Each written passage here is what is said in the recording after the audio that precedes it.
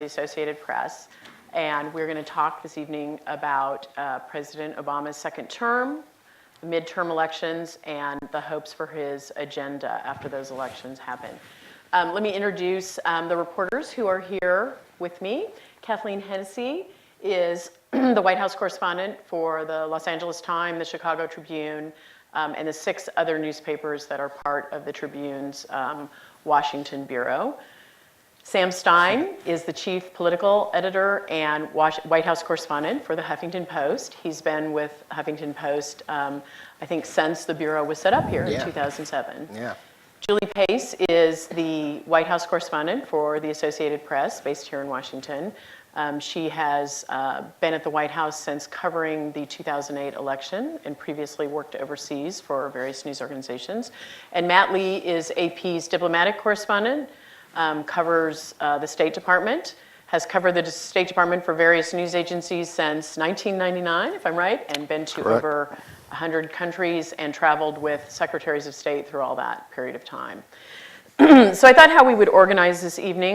We'll talk and ask the panel some questions for about 45 minutes and then be very happy at the end to take some questions from the audience. We're going to talk first about the months that lead up to the midterm elections and some of the substantive and political issues that will be happening in that time. And then we will probably talk a little bit after that about what the president can expect on his agenda after those midterm elections, especially if the Republicans gain control of the Senate. So my first question was going to be just leading up to the midterms about the health care law. The North Carolina primary is going on today as we speak, and health care has been a very hot issue in the Republican primary in that state. So starting just with Kathleen a little bit, how we think the ACA is going to play out in these midterm elections. Will it all be to Republican advantage, or do the Democrats have any ability to blunt this as a political issue?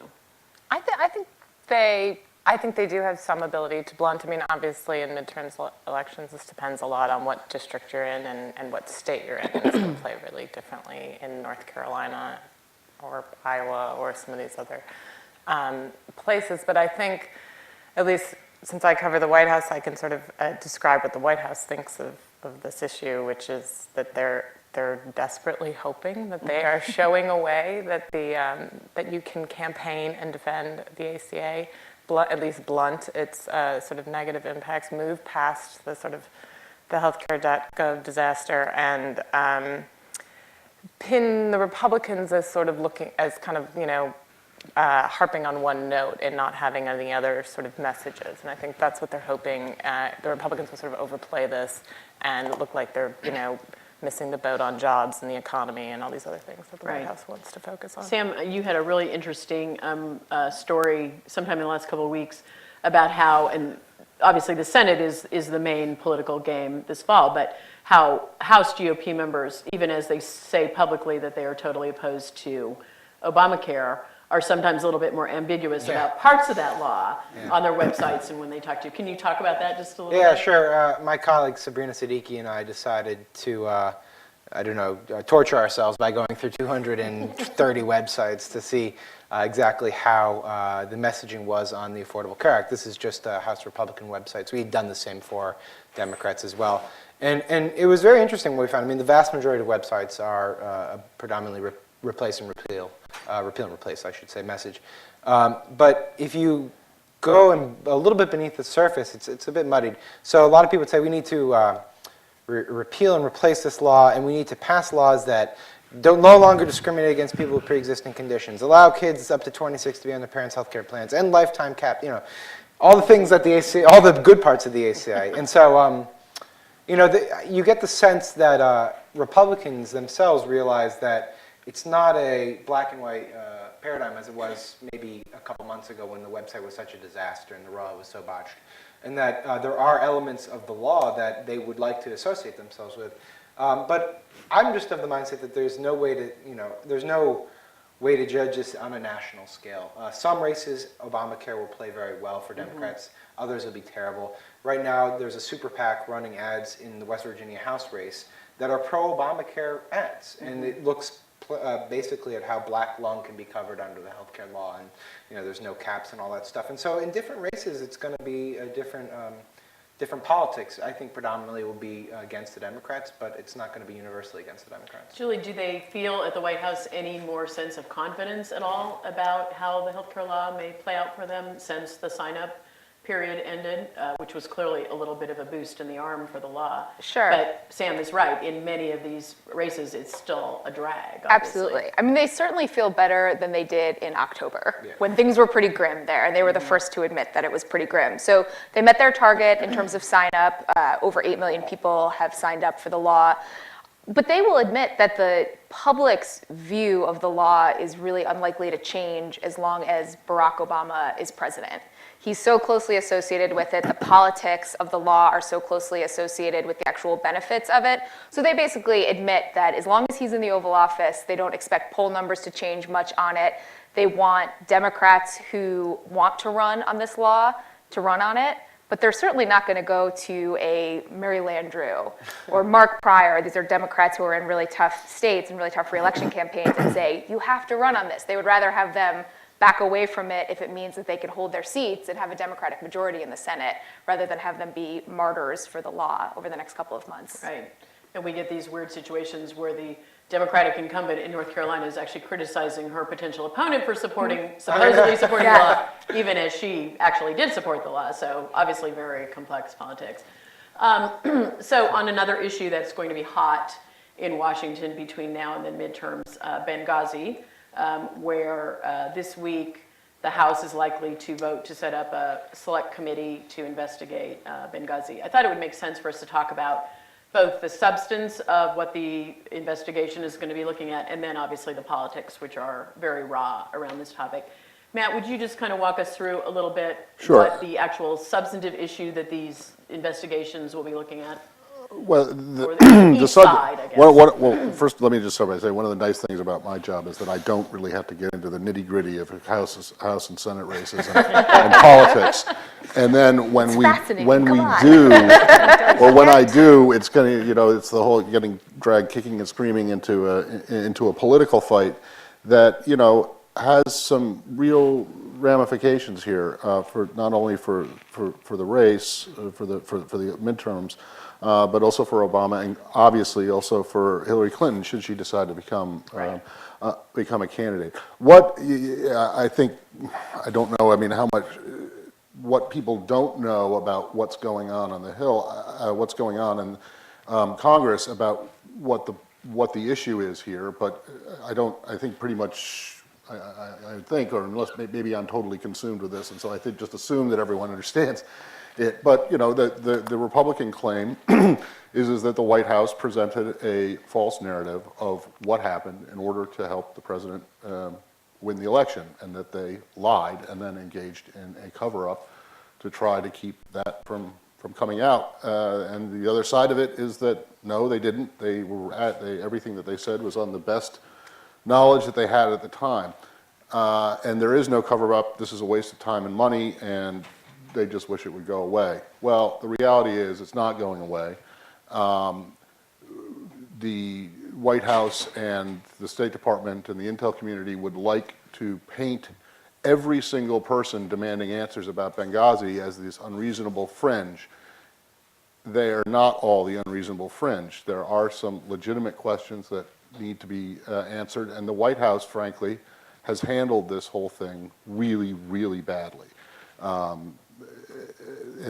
email that came out last week, this infamous Ben Rhodes email where he talks about how we have to message this so that it is not seen as a failure of policy, but rather a spontaneous reaction to this video. I think just whether or not it is the smoking gun that some people claim it is the appearance of this email at the time that it came out is bad. It looks bad, and they've done really just a bad job explaining it. So I think that as we see the formation of this committee, as we find out what exactly Secretary Kerry is going to do in response to this subpoena, this is going to continue to be an issue that the Republicans harp on, and until the White House can finally, if ever, get their act together, and really put the nail in the coffin here, it's going to be an issue in elections, midterms, And that's a great, I mean, that's a 2016. great, that was actually my question. I mean, do we think,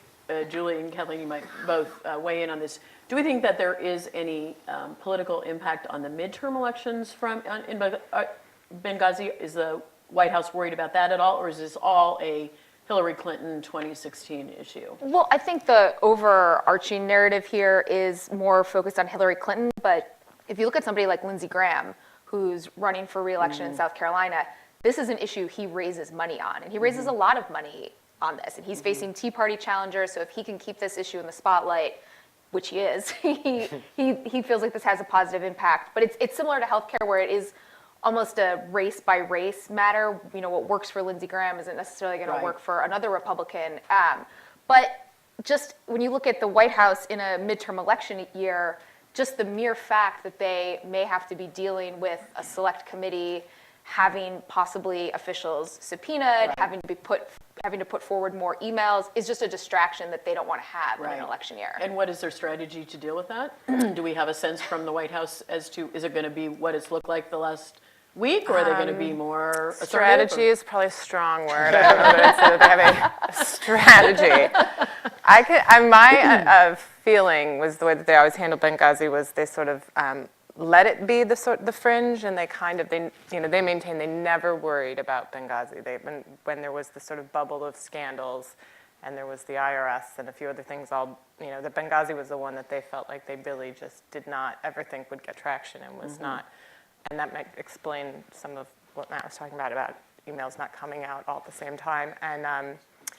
And I think that's catching up to them, and they're probably at a point right about now where they need to decide, is this something they're going to actually proactively fight, or sort of hope it speaks to what Julie was saying, the sort of same kind of group of people, this base Republican, it kind of gins up a certain amount of enthusiasm for Republicans, but doesn't move beyond that. The White House has a theory that sort of these middle voters, when they hear certain things like Benghazi or ACA, that they tune out that as partisan noise, and that those messages don't actually swing voters. And I'm not sure, we haven't really seen whether or not that's true. Whether that's the case. Yeah.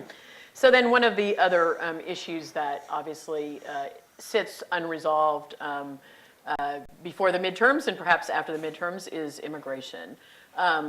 Sam, you were saying something earlier about how this is an issue where the president's hoped for agenda is a little bit hostage to the midterm elections, or at least to the primaries. Can you walk us through what the thought of whether there would be any either congressional action on immigration this year, what the chances of that are post primaries, and then also, if nothing happens, what the president might or might not do before the midterms? And we will talk about immigration post midterms also, I think, because that's another interesting question. God, good question. I don't, there was a huge expectation, obviously, after the 2012 elections that this was something that almost happened organically, because Republicans would recognize what a tragic mistake they made in not allowing some sort of reform to come through the Congress, how badly they were getting beat by Latino voters, et cetera, and it just never came to fruition. I mean, the Senate bill obviously passed with a pretty strong majority, but you got the sense that the Democrats traded away all their chips there. They put in $40 billion for border security just to get a big bipartisan support for the bill, when they could have given that to the House Republicans as an incentive to jump on board. And so now, the White House, and to the same degree, I guess, Senate Democratic leadership, are just trying to find levers to force John Boehner's hand to bring something to the floor. I think there's widespread recognition that if the Speaker were to bring something to the floor that was comprehensive in nature, it would pass.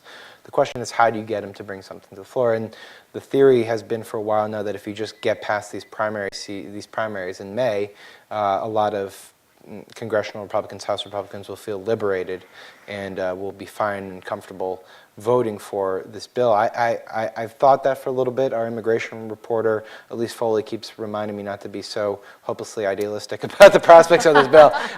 So at this juncture, to be honest, it is an open guess. No one has been able to divine exactly what House Speaker Boehner is thinking on this. And what is the president going to do? Oh, sorry, I'll let you handle that one. So basically by having this process on the Hill stalled, it's also stalled executive actions. And I know that sounds a little bit contradictory, but as long as there's this sliver of hope that comprehensive immigration reform Yeah. can be passed on the Hill, the White House is going to keep a fairly hands-off approach in terms of executive actions, because they feel like if they move forward with executive actions, then it will wipe away any chance that Republicans will move forward either before or after the midterms. Okay. So basically, we're in this holding pattern until we get to, the theory is probably August or so. And once we get to that point, if nothing's happened, it's probably not going to happen before the midterms. And then there's a chance that possibly the president moves forward on his own. But there's also a lot of questions about what he actually can do on his own. The immigration advocates think he has pretty sweeping powers, and some officials in the White House believe that their powers are far slimmer than that. Okay. And what if the Republicans gain control of the Senate this fall? And he had done executive action, presumably that would just absolutely destroy any chance of being able to do anything post-midterms. Although, is there any chance of doing anything post-midterms? The problem after the Congress changes hands is not just that, let's say, Republicans gain the Senate, is that you have to go through a whole new round of legislation, but Right. the fact that you're now going into the Republican primary season for 2016, and it's virtually unthinkable that any leading Republican with aspirations for the White House would ever attach themselves to anything that allowed for a pathway to citizenship. So the chances in Congress post-midterms, if the Republicans gain the Senate, are considered very low. Yeah. I mean, there's a very little like lame duck strategy that some folks will, dangle around as a last hope and point to. Harry Reid has had some success. And Julie, like what are sneaking some they things actually in. thinking about? If the Obama White House did something on immigration in the summer, what might it look like? I know there's a lot of confusion about Yeah, that. so the obvious model is what they did with the Dreamers, which were young people who were brought to the United States illegally as children and have gone to college or joined the military. And so what advocates want the White House to do is basically take that model where you say, if you fall into this group, you are basically not going to be deported, and extend it to, one example is the parents of Dreamers. So that is something that you could conceivably see the White House doing, but you also run into a lot of potential legal problems with that. It's more than, people get deported for more than just, the day that they stepped over the border illegally. There's a lot of factors that One get thing they're involved. looking at, as I understand it, is that they want to lax the law enforcement data sharing components. So right now, if a community picks up an illegal immigrant or an undocumented immigrant for a petty crime, something that they would release them out if it was just no person, they now are basically asked to hold them for longer periods of time. It's called secure communities, and one of the things the White House could potentially do is just relax those standards and say, we're not going to fight this type of immigration battle. We're going to let the local communities handle it themselves. Okay. So let's move to foreign policy just for a little bit, because that has been very much in the news, actually, the last couple of weeks, and not always to the president's benefit. I'm sort of curious about two things. And I think we should dive right into sort of the tough one, which is the president has been criticized for either a weak foreign policy or not very strong interventionist foreign policy, or confusion in the foreign policy pretty regularly by a wide group of critics over the last couple of weeks. But what is the most interesting is his seeming, very intense sensitivity to that, or his defensiveness about that. Really sort of, lashing out and saying, I'm doing the right thing, and my critics are really, really wrong about what the United States should be doing right now. Matt, walk us through just a little bit, first of all, that sensitivity, and then we'll get down to the nitty-gritty of a couple specific crises. Okay. Well, I think that all presidents are going to be sensitive about their record, and they're going to defend them and try to put it forward the best possible argument, the best possible case that they are actually doing something and have a solid and realistic and strategic strategy, a strategic goal. The problem for Obama is that, he doesn't. Tell me what the strategic goal is this year. Look, this is a president who came into office in 2009 with a policy that was let's make amends for the last 8 years of George W. Bush. we're going to get out of the wars that we're in. We're going to reach out to our enemies, to Iran, something that he's criticized for by his opponent in the primary, Hillary Clinton. Not just Iran, other enemies, the unclench your fist will. And I think that what he's discovered is that if you try to be friends with everybody, you end up having no friends at all. And that is not really solid way to approach foreign policy, because excuse me, in the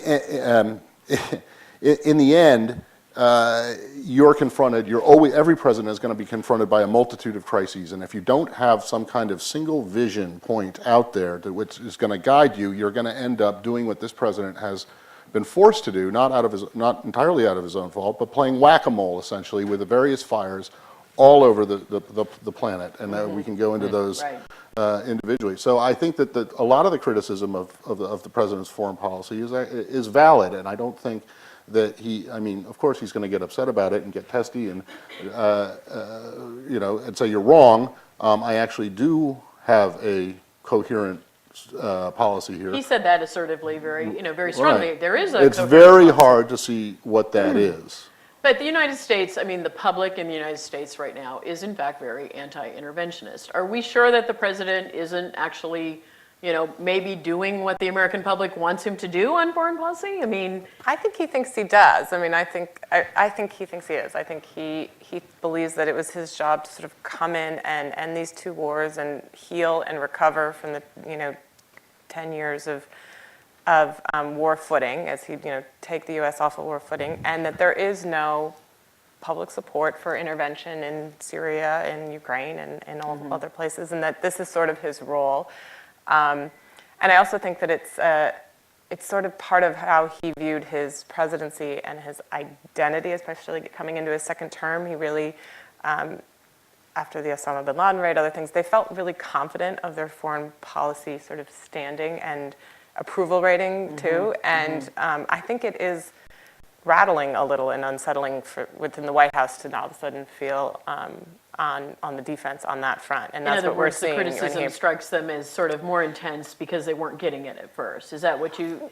Yeah, and I also think that part of it is they fundamentally believe that we all should see it their way. Syria, I think, is a perfect example.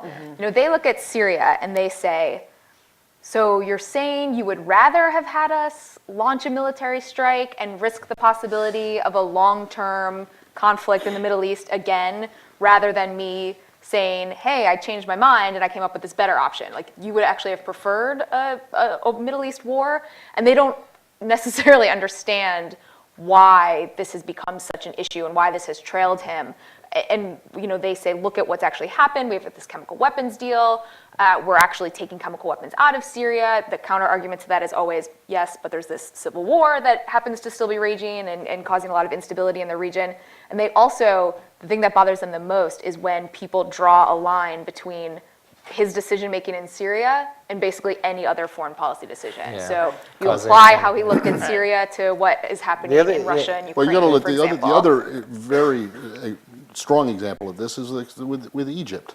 This administration, after the coup that overthrew President Morsi, the first elected president in Egypt's history last year, this administration, trying to please everybody, they were like a circus contortionist trying to figure out how not to call this a coup d'etat so that they would have to cut aid to the government. And it was, frankly, the illogic of it, we have decided not to decide that this was a coup, or we have decided not to decide on whether this was a coup or not in order to keep the money going. I think it was another example of this where they think that they think that people should see what they did as logical and in the best interests of the country, when in fact it made very little sense to anyone at the time. You also get the sense that whenever I've written about it, that they think the press is way too quick to jump to analyze and jump to judge their decisions, and that they deserve more time for analysis. And in some cases, I would grant them that point, but in others, I wouldn't. But they have really strong gripes about press coverage of their foreign policy. And they do have that, and that probably is a fair point. But to push back on or to kind of extrapolate on something that Julie said, I mean, isn't it natural that a U.S. ally somewhere in the world would look at the president's decision-making on Syria and kind of like think that that might be applied to a crisis in their region at some point? I mean, why is that? Why would the White House say you shouldn't draw the line between Absolutely. how And we we act were just here in Asia a week or two ago, Exactly, and, right. and we're talking with the trip. Japanese, Right. and the U.S. has this defense treaty with Japan, which basically means that if Japan gets attacked, then the U.S. is obligated to come to its defense. So Obama is standing up there in this press conference with the Prime Minister, the Japanese Prime Minister, saying, yes, this treaty that we have applies to this set of really random islands that Japan has a dispute with China over. He's basically making the case that the U.S. would come to Japan's defense if China were to have some kind of provocation there. And then you think, so you're telling me that that you want to avoid military conflict whenever possible, but you're actually going to kind of go to bat for Japan over a string of basically insignificant Right. islands, and these questions just come up naturally. It's impossible to not Right. imagine Abe or the Japanese public wondering if he really means that and would Right. actually follow through on it if push came to shove. in what is a very nuanced place for U.S. strategic interests. I mean, it's just a very interesting sort of I think, question. you know, this, the point about, I take that point, but I think the stronger one is with Syria. I mean, basically, with Syria and with another issue, that the Keystone Pipeline, where they have basically decided, the administration, the president has decided to punt. Let's talk about Syria. This decision not to launch the military strikes was seen, and I think correctly is seen, as a political decision made, maybe even not by him, but by, you know, during this walk in the Rose Garden with, you know, with his chief of staff. And then they came out with, you know, their explanation of it. But it was seen all over the world, and not insignificantly in Moscow, as here is a president who's going to climb down. He's not going to, for political reasons, or what they see as political reasons, most, I think validly, not going to do what he said he was going to do. Is the president in any danger of drawing a red line in the sand in Ukraine? A thing that he's gotten. I mean, you know, they have now said the U.S. and Europe will put way tougher sanctions on you guys if you interfere with the May 25th elections. It's probably likely that there's going to be interference with the May 25th. So then what happens, right? I think they will never draw a red line again, frankly. They won't call it a red line if they do. But it's hard not to, I mean, his whole policy in Ukraine right now is a series of threats. And, you know, part of the problem is that they're not even threats that he really can make good on. He's really dependent on the EU Right. to And do they Get have its that? act Do they together have and those agree. guys and lined up for yeah, tougher sanctions? And this Do we is know? what I was sort of alluding to when I said that they get on you if for the quick analysis, which is that, and their point, Matt probably can speak to this better than I can, but their point with respect to the sanctions is that they would be ineffectual if they just jumped ahead of the EU on this, that European countries would backfill a lot of the stuff anyway. So what's the point of actually, you know, being quick to action if the action doesn't actually have teeth? Now, I don't know if that's true. Matt would know better than I do, but I can see I can at least see their argument in that case. Well, I mean, I think it's true that only, if pressure is going to work on Putin at all, it's certainly not going to work if it's only coming from the Americans, because they have such, the Europeans have such a bigger economic relationship with the Russians. The question is whether it will work at all. And, you know, Toria Nuland was up testifying on the Hill this afternoon. She's the Assistant Secretary of State for Europe. This is her portfolio. And she told the chairman of the Senate Foreign Relations Committee, I don't know if sanctions are going to work with Putin at all on Ukraine. And I think it was a moment of candor and honesty. And I don't think we can know, because it's not, you know, it's not clear what he responds to other than brute force, and there's no way that the U.S. and Europe are ready to do that. All right, so before we open it up to audience questions, I have one more hard question, which has been like obsessing me, and it's a hard, unfair question, but I'll throw it out there. So, because it's really interesting in many ways. If the Republicans gain control of the Senate in the midterm elections, what actually happens on health care in Congress next year? What would actually happen?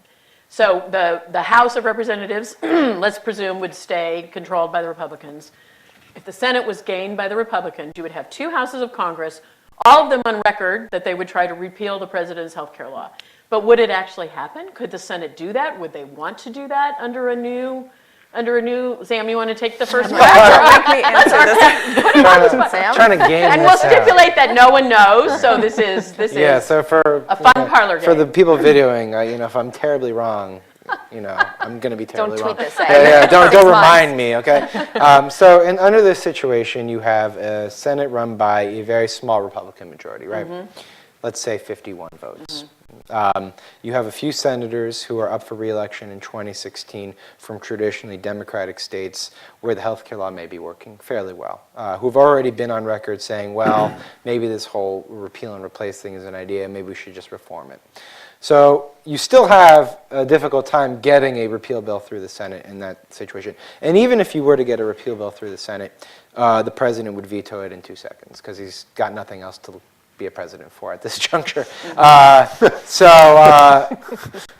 I think the law stays, and I think it stays. I don't even think it gets to that point because I think the benefits have accrued enough that the Republicans recognize that there is a downside to repeal. If you look at any of these public opinion polls, yes, they are terrible for the Affordable Care Act, but they're even worse for the people who demand full repeal of the Affordable Care Act. It polls between 20 and 30, 35%. So they would blink and not even force it to a president? Oh, I think they would. I would think they would take votes on specific provisions, like let's Okay. get rid of the medical device tax. Let's do, let's delay the mandate or at least soften it up a little bit more. Let's do this, this, and this, and then they'd walk back and they'd say, look, we got some of the tough stuff out of the Affordable Care Act. We did our job. Yeah, we didn't repeal the whole thing, but the president was going to veto that anyway. And in some cases, there are things that they could do along those lines that you're talking about that the White House would not necessarily be opposed to. I mean, having tweaks along the way, it actually could help the White House with the law long term if they could say, well, this was a Republican Congress and we signed on to this for the greater good of the law. But you talk about this scenario where you have Republicans passing a repeal vote. I mean, think about the political strategy behind that. You're going to have outside groups running ad after ad with women, young people, older people. People whose lives were People whose saved, lives yeah. have really been helped by the law. You're going to have those images played over and over and over again, going into then a presidential campaign. You have to decide if that's a what you pretty want tough for your message to 2016. saddle your I party forgot with. to add that the high watermark for this president politically in the past year and a half was the government shutdown, right? I mean, that he was, ascendant, Republicans look petty. I mean, I guess in a crass way, they would love nothing more than for the Republican led Senate to pack the Republican-led House's efforts to force a shutdown over this law. I mean, it would be a real gift heading into 2016. I guess that's true. Actually, and all this would play out against Republican presidential primaries that would have started, right? I mean, they would be undergoing, and all of those people would have to figure out how to calibrate their reactions to what was happening. And Yeah, I think Republicans, even if they do take the Senate and have sort of a Senate election in the midterms, will still have to have a little bit of a reckoning on whether or not they want repeal to carry into the next election. And they're going to have that. I don't think that's a clear. that's maybe not decided yet. Yeah. So. Yeah. Okay. Did we answer your tough question well enough? Well, I mean, I enjoyed listening to everyone's opinions. I was really about this. nervous This is about gonna be that. You Very set it up. interesting to watch. You gave good effort. Absolutely. Good answer. I think it's 50-50. I have no idea. Well put. It would certainly be interesting to see how it played out if that were the case. So we are going to open it up to questions from the audience. There are people with microphones, so if you want to ask a question, please wait until the microphone gets to you before asking your question. We'll start right here, and if there's anybody else who thinks they want one, we can move the other microphone to you. Hi, my Go name is ahead, Chris sir. Johnson. I write for the Washington Blade newspaper here in D.C. One of the things I've been writing quite a bit about is the lack of federal employment protections for LGBT workers. I'm just wondering if the panelists could talk about what the prospects are for passing ENDA in the Republican-controlled House, either now, in lame duck, or after, whether the White House assertion that it's pushing for that is genuine or perfunctory. And then as a secondary question, what about an executive order from the president barring LGBT discrimination among federal contractors? What are the implications of that in terms of this through the lens of politics in the midterms? The vice president recently told the Huffington Post there would be no downside to the executive order, and is that something that our panelists agree with? The vice Okay. president getting ahead of the president On on this gay rights issue? again? I'm shocked by this. I can tackle the executive order part of it a little bit. I mean, this has been, as you know, Chris, this has been a really interesting debate because when the president started off this year, he was talking about a year of action and where Congress won't act, I will act. And he did some things that targeted federal contractors, including raising the minimum wage for federal contractors, and said, the reason I'm doing this is because Congress will not pass a minimum wage bill that would apply more broadly. Well, this is pretty close parallel to what we're talking about with ENDA, where the House, it doesn't appear, is ready to take this up anytime soon. And so the question then for the White House becomes, well, if on one hand you say you're going to act where Congress won't, why can't you apply this to this specific case? And I mean, frankly, we haven't gotten a very good answer or much of an answer at all from the White House. And you do wonder why on an issue like gay rights, where the public is so clearly moving in one direction on this, and the president has so clearly moved in one direction, why this continues to be a holdup. So I don't think I have much of a better answer than you do, but I also think that gay rights groups who have been very supportive of the president are going to keep hammering this inconsistency, and the White House would like to basically get rid of this issue as quickly as possible if they can, but I'm not sure if that's going to be possible for them. Let me ask a follow-up to that, because this is something I legitimately don't know the answer to. When they're making decisions about these kinds of things at this point, are they thinking at all about 2016 and the people, the Democratic, presumed Democratic candidates for 2016, or are they still just, has it not gotten that far yet where they're doing that and they're just thinking about their political legacy and what they're hoping to do in their time in office? I think I would say that I have just started hearing them talk more openly about 2016, not necessarily, and their political legacy, like sort of the two. So that right. on certain issues that they can feel like they started that ball rolling, they teed up the next Democratic nominee, whoever that may be, to sort of run with this, that he can maybe have his stamp on something that might actually carry into the that election. I don't know if ENDA is necessarily one of those. I wouldn't rule it out that they might do an executive order if they feel like there's a moment. And the other thing is that I think they're also mindful that the window for some of these things, rulemaking-wise, is closing. I mean, in order to get it done by the time Well, I think, he's I done. think To they get have, it implemented by the time he Implemented. leaves well, office. I think Okay. they actually Is have the- their eyes on 2014. I mean, there's a number of Yeah, senators obviously, could be, right. in states like North Carolina with, a huge naval and military presence that would have to actually implement ENDA. And I'm wondering if they're looking at the possibility of, local headlines that those senators don't want to have. I see. So, but on the, to not be, not to look at it through entirely a political lens, when you talk to administration officials about these executive actions, they tell you that it's not like turning on the lights. You actually have to go through, in pretty legalese way, all of the details that encompasses it, how to write the executive order, how it can be phased in over time. It's a fairly complex process, is what they say. But they haven't really given a good explanation for why they can do it on one thing but not on ENDA. So I'm leaving you unsatisfied, Chris. You know what we know. We have a question right here. So I'm curious, if we're looking at like the best case scenario for Obama in 2014, let's say a lot of races kind of are fortunate for him.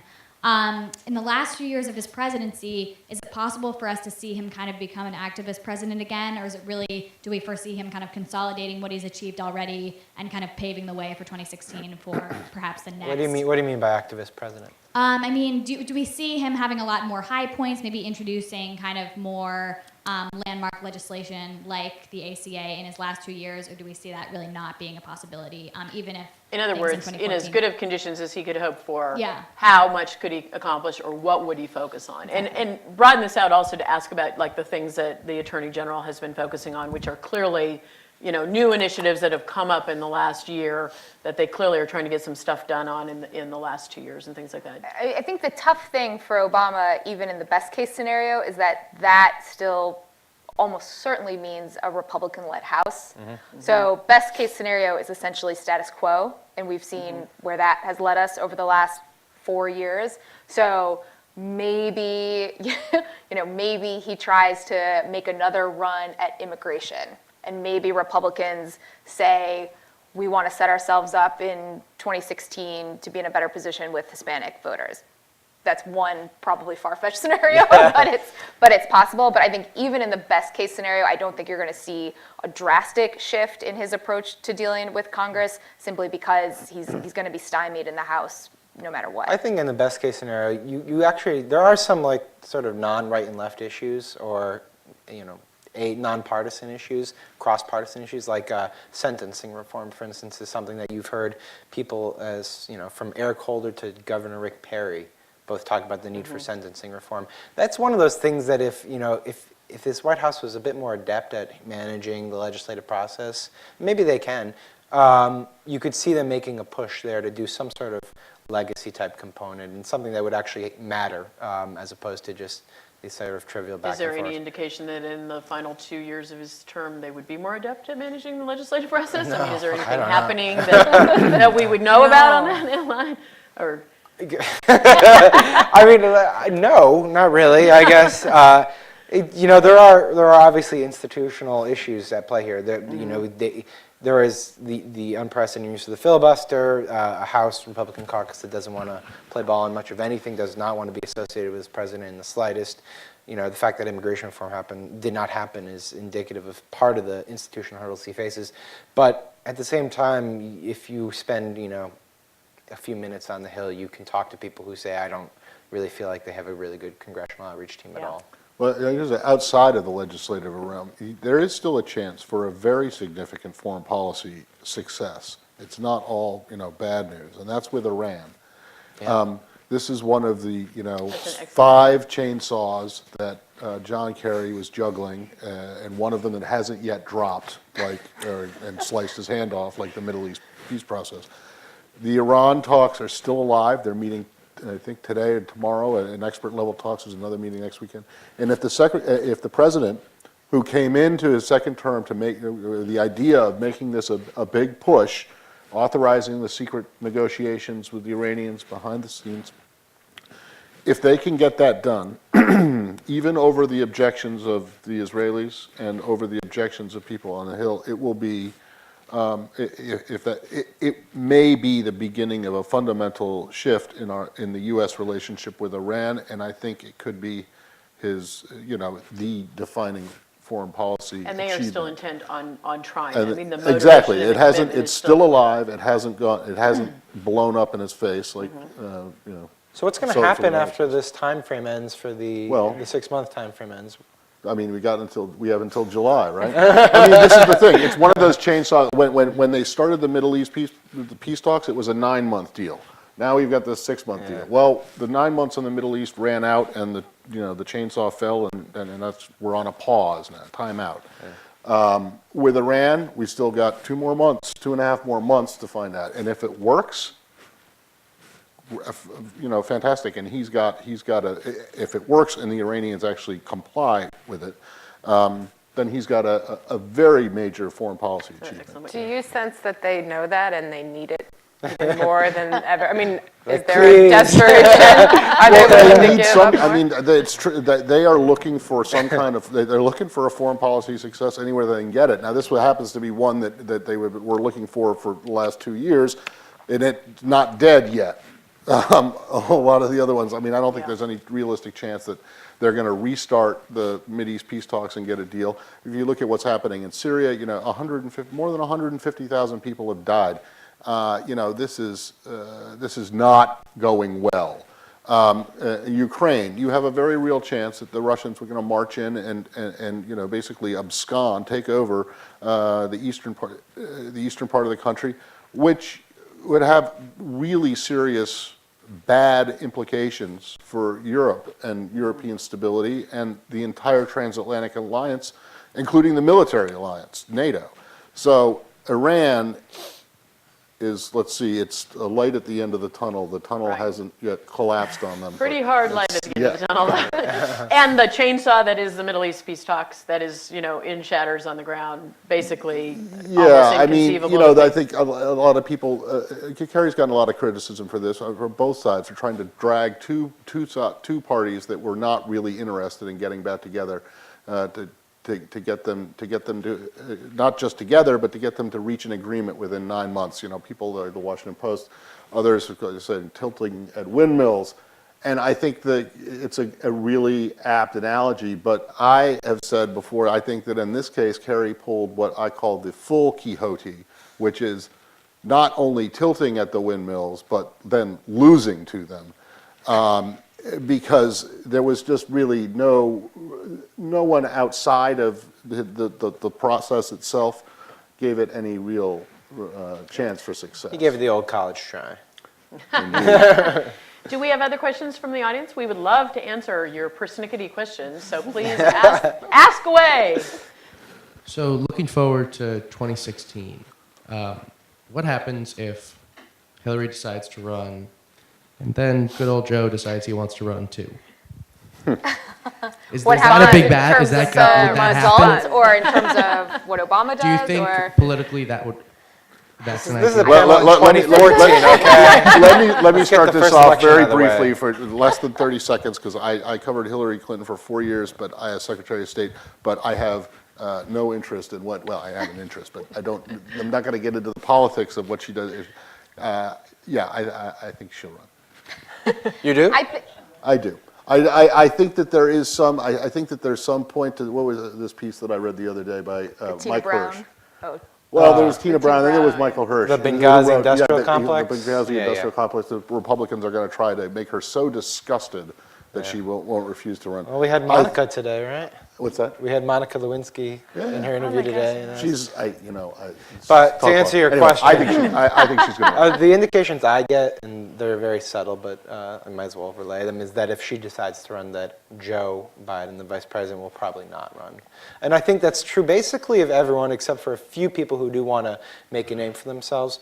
And the real problem is it's not just her polling numbers and her name and her popularity, it's money. I mean, she will raise, and she already has money waiting for her when she gets in, but she will raise so much money that if you wanted to run against her, you'd have to pull off what Obama did, which is to have a huge grassroots operation to raise money for you. And there's no indication that Obama's grassroots wants to go anywhere else but Hillary. So You do feel, though, slightly bad for Joe Biden, as bad as I ever feel for Why? a politician. He's had a Because good- Joe Biden has been this incredibly loyal soldier Yeah. for Obama. He has taken on every assignment, whether it's dealing with Iraq, whether it's dealing with things like job training programs that nobody hears about. He shepherded control. the gun control, which was bound to be a failed effort. He's done everything that's been asked of him. Joe Biden obviously has some weaknesses that come along with a possible candidacy, and he knows that, and people around him know that, and the Democratic Party knows that. But you do feel like this is a guy who has had a career in politics, is basically at his peak, and he's probably going to be cut off by this, candidate who is just, we said this about Obama, and it's true about Hillary Clinton, sort of a once-in-a-generation candidate. And so, we were at the in this case, correspondence should be dinner. twice in a generation. Twice in a generation, yeah. So, I mean, would the White Well, House they're not of the actively same discourage him, or is that too sensitive to act? Does he need? Well, what's Actively, interesting not is- publicly. This weekend, I would say, was Yeah. a little bit of a moment at the White House Correspondents' Dinner. Probably many of you have seen at this point, a video joke about, well, there were a couple of things, but one of the videos was Vice President Biden hamming it up for the cameras, driving around in his Corvette, not looking terribly presidential, goofing around about like getting locked out of the White House. And then there was another joke about him throwing a shoe at Hillary Clinton that the president made. And I think that's the closest I've seen the president come to openly acknowledging that Hillary is the front runner. And people who worked for Barack Obama on his campaigns have already Signed up. for signed super up PACs, yeah. to work for Hillary Clinton, or groups that support Hillary Clinton before she's even run. So I think that sends some type They're of voting with their message to- shoes. They're joining her campaign. Right. Yeah, right. All right. Do we have other questions from the audience? We're happy to wrap up if you don't, but we would love to answer your questions. If you have any other things you want to ask us about, this wonderful panel of reporters who talk to people in town every day and know the scuttlebutt. Come on, people. We have a question right here in front. We'll wait for the microphone, please. Matt, you brought up Keystone briefly. That's one of these levers that the Obama administration doesn't seem to realize that it has, because you listen and it seems, every indication is that they'll approve it, and then they'll get nothing for that. And I'm wondering how many levers are out there that they don't use, that they could use to get something from Congress that they just don't use out there. Not too much in the foreign policy sphere, I don't think, unless they can, because, the Hill is not, Congress is not terribly impressed with the efforts on Iran, because they don't think it'll work, so if it does work, it'll be huge. But I think this isn't Keystone is this weird bird, because yes, it's a foreign policy issue because the State Department has control over it and they make the recommendation on whether it gets approved or not. But it's really a domestic, in the most general sense, it's a domestic issue, and I think most of the levers are domestic. Yeah, Steve Dennis of Roll Call actually made a really interesting observation about this, which is that in the Clinton White House, they used the idea of further tax cuts, which is a Republican, obviously, priority, to incentivize them to do things like CHIP, healthcare.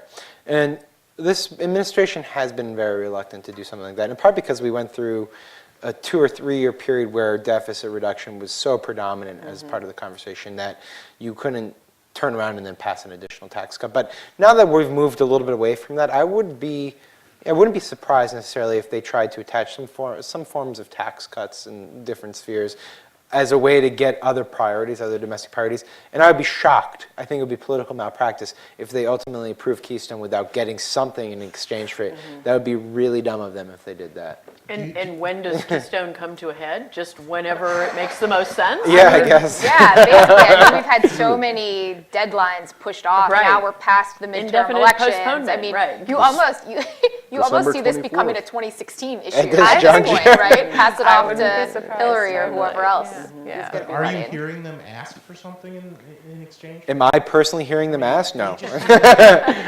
It just seems like they're not at you. You don't hear much about them asking. For I think part of this goes to what Sam mentioned earlier, which is just their legislative strategy. We've been talking a lot about LBJ over the past couple of weeks, and the comparison is not perfect because LBJ had a lot of tools available to him that don't exist anymore. But the fundamental relationship was, I'll do this for you if you do this for me. And you only learn what that other guy wants if you talk to him pretty often, if your staff is talking to him, if you have an understanding of his politics and his state. And that is something that this White House has not been great at doing. And the result is that you get into a situation where they might want something for Keystone, or somebody might want something for a vote, and the what is not completely obvious to them. No, and in fact, they've actually taken and bragged about having the opposite strategy, which is we're just not even going to deal with Congress, and our whole, our daily focus is on doing things that have nothing, at all to do with. And just to tack on to one of the interesting things that's happened these past few weeks is that a number of senior Senate Democrats have been vocal in calling for the return of earmarks. Today, Senate Majority Leader Reid said it. Senator Dick Durbin said it. And they've been joined by, actually, randomly, a bunch of young House Republicans who want to bring home some bacon. But for Reid and Durbin and others, it's a different reason that they want this return, is they feel like it's one of these legislative tools that they just don't have anymore. An ability to cut deals on things like a transportation bill, which is something that Congresses have passed time and time again, but has been a real struggle this time around. I don't foresee earmarks coming back, but it gives you a sense of how hard it is, what a grind it is to have a coherent legislative process these days. That's actually pretty fascinating. Yeah. All right, we have another question. We will take that question. I was a little confused or troubled by some of the comments about the administration's foreign policy or lack thereof, and I'm just wondering how it's possible if, as several of you said, that actually the strategy seems to be non-intervention. That does seem to be a kind of strategy, and yet, Matt, you said that there's no coherence. I mean, what does a coherent foreign policy look like? Is not the policy of non-intervention a kind of strategy? I mean, how do you prove a negative? Sure. Well, Is there? That's the thing is that even the non-intervention is not coherent. Look at Libya. We intervened. NATO intervened.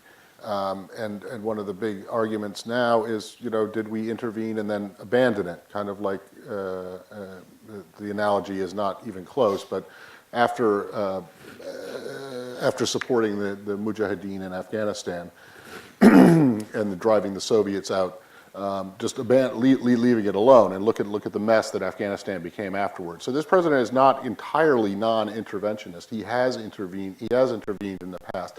I think the problem with it,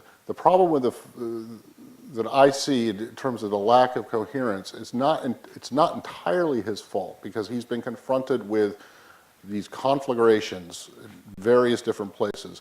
But there isn't he doesn't seem to have, at least, or I think you can make the argument that he doesn't have something that is a broad, defining a goal for what he wants his foreign policy legacy to be, beyond getting a deal with Iran if he can, and wouldn't it be nice to get a Middle East a peace agreement? Well, you got to add withdrawing from Iraq and Afghanistan. Well, of course. I mean, that is non-intervention at the beginning, yes. But I mean, but we did intervene, and he has suggested intervention in other places. He said he decided to bomb Syria. Right. But then they seem to have felt some need in the last couple of weeks to come up with some sort of coherent policy statement. I mean, do we think that they're preparing some sort of speech or something to say, this is what I stand for, and what do we think? Well, they are. They have said through other channels that they're thinking about it. They are. And the phrase that we've heard them say is, don't do stupid stuff. That is sort of, that is the overarching, So for some people, that's really good policy. That's judgment. That's we're going to look at each thing and do the smart, appropriate thing for those circumstances. For other people, that's very unsatisfying. That's not something that doesn't show the vision. That's not the sort of the broad legacy kind of.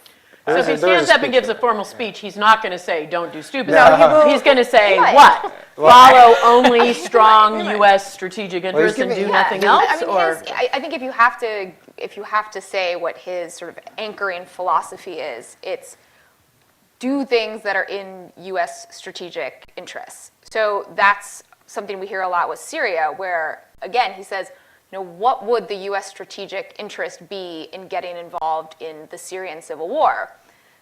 The flip side of that is that the U.S. has, a long history of being on the side of, people fighting for democracy and intervening for humanitarian reasons. And cares about the stability of the Middle East. Right. I mean, Ukraine is another perfect example. Some White House official said that they listened to Republicans on the Hill talk about losing Ukraine, and they say, when did we ever have Ukraine? Ukraine is not ours.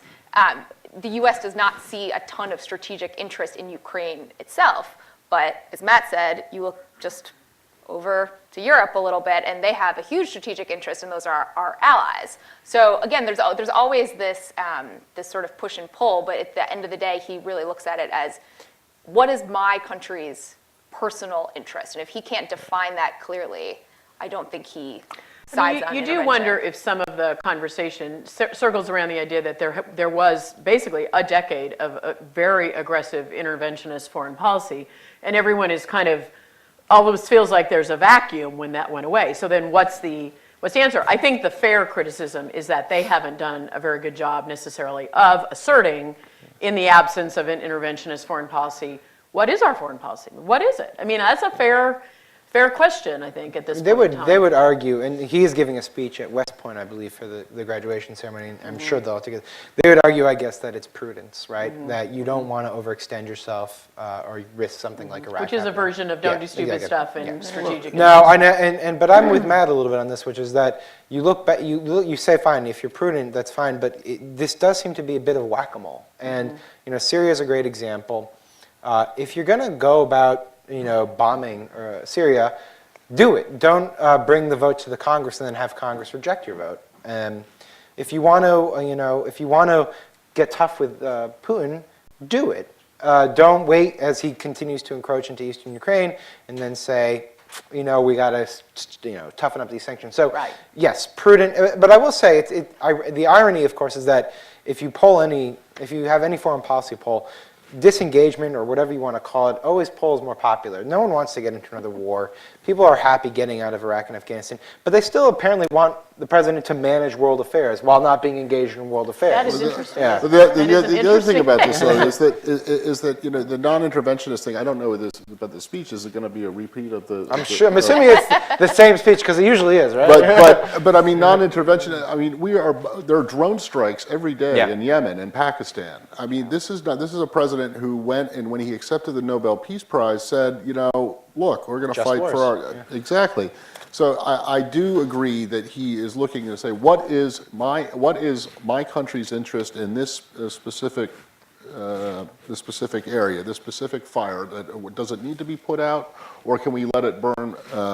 If we don't put it out, is it going to hurt us, the Americans, directly? The criticism from the right, from people like McCain and Graham and all, on Syria, and particularly on Syria, and what it did in terms of what the U.S. reputation or what his reputation was around the world, was that saying you were going to do something and then not doing it for clearly political reasons just emboldened your enemies, Right. and not just Putin. But you look at what Julie was just talking about with the Japanese and the Senkaku Islands, this little string of islands, and the Chinese. I mean, we're dealing now with an incredible, very much, an increasingly aggressive and assertive China to the west of us, and the same thing to the east of us.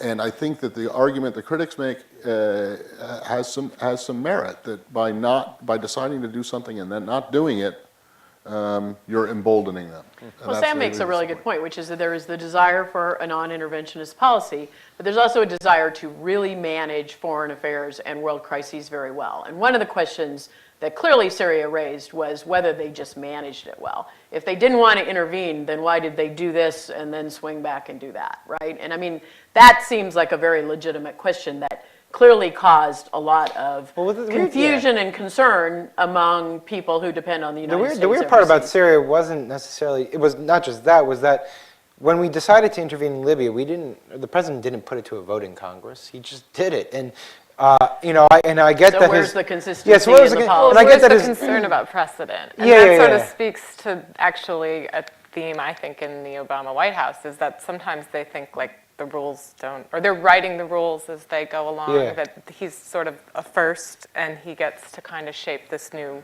reality, new world, new post-Cold War or post-terrorism sort of universe, or in politics, he can kind of rewrite the rules. And I think that sometimes that's one of those examples where they don't always think about what precedent they're setting and how do you deal with And I'll just add this, maybe Matt blowback. can add on top of this, but I also think that world affairs are incredibly complex nowadays, and that the levers that we have to pull are finite. I mean, especially when we don't want to devote military true. might to any Very of these true. things.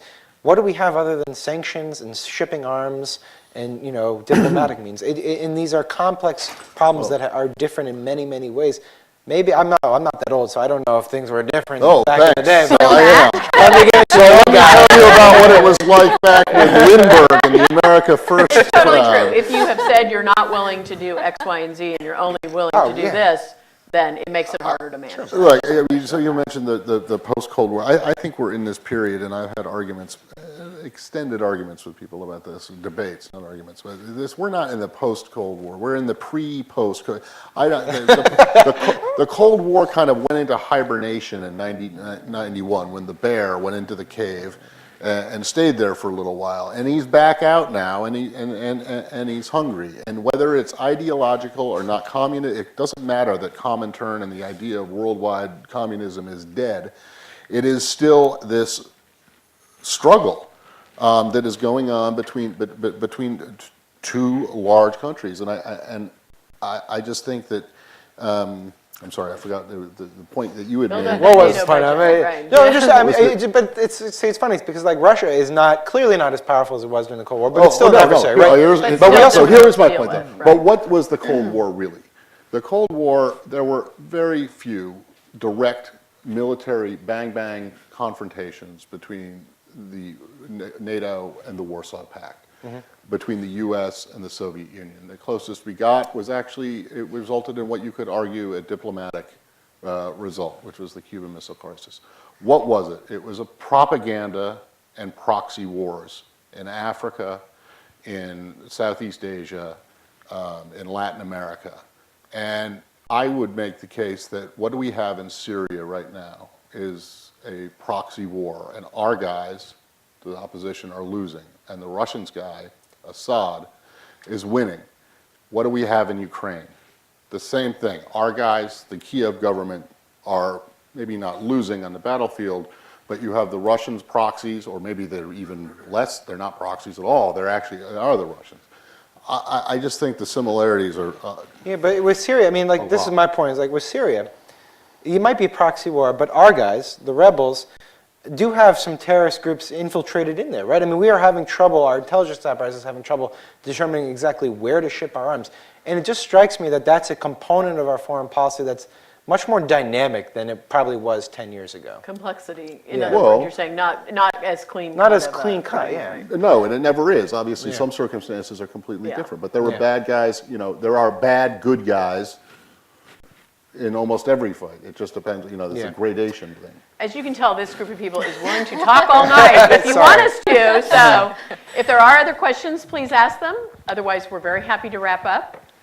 There is a reception after this event, which we invite all of you to, where we can continue these discussions. Please join us there. And thank you very much to New York University, Washington, D.C. for hosting this event, and have a very good evening.